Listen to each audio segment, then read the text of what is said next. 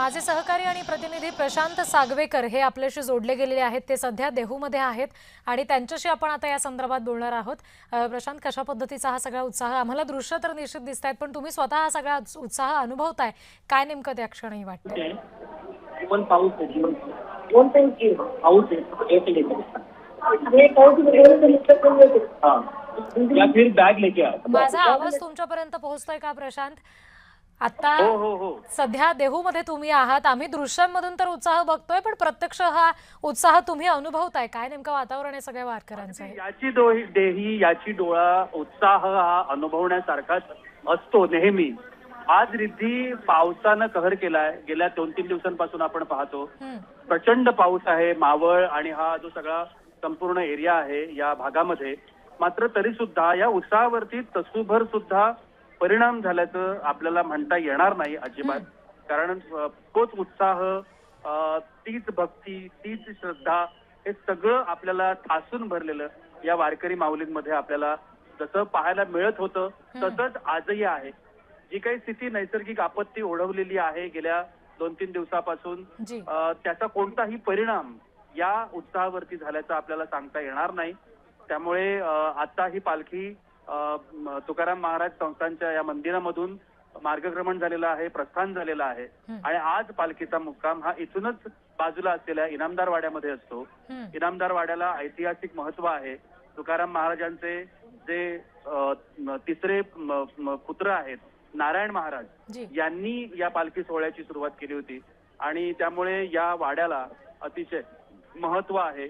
त्यामुळे या वाड्यामध्ये आता पालखी मुक्कामाला असेल, काही काळ त्या ठिकाणी पादुका या दर्शनासाठी सुद्धा ठेवल्या जातील आणि त्यानंतर या पालखीचं प्रस्थान जे आहे ते पुढे 9 तारखेला पुण्यामध्ये या दोन्ही पालख्या, म्हणजे उद्या प्रस्थान आहे आळंदीतून माऊलींच्या पालखीचं आणि ते सुद्धा 9 तारखेला सकाळी आणि ही सुद्धा पालखी 9 तारखेला सकाळी, असे सगळे 9 तारखेला पुण्यामध्ये या पालख्या येतील आणि पुन्हा एकदा तो सगळा उत्साह आपल्याला पाहायला मिळेल। जी प्रशांत, देहू संस्थानकडून याबाबत काय माहिती मिळते? साधारण किती दिंड्या सहभागी झालेल्या आहेत आणि अंदाजे काय आकडा सांगता येईल सगळ्या वारकऱ्यांचा? यंदा आकडा आता तसा स्पेसिफाईड सांगता येणार नाही, कारण काही दिंड्यांना वारकऱ्यांना पुण्यात थांबण्याच्या सूचना देण्यात आलेल्या आहेत। आपल्याला माहिती आहे पाणी भरलं होतं या सगळ्या परिसरामध्ये आणि त्यामुळे अनेक दिंड्यांना वारकऱ्यांना संस्थानने विनंती केली होती, महाराष्ट्र शासनाने विनंती केली होती की तुम्ही देहूमध्ये आळंदीमध्ये येण्याचा हट्ट करू नका आणि त्या पद्धतीनं सगळ्या वारकऱ्यांनी प्रतिसाद दिला, अनेक दिंड्यांनी प्रतिसाद दिला। त्यामुळे ठराविक आकडा असा आता सांगता येणं कठीण आहे की किती लोक आता आहेत।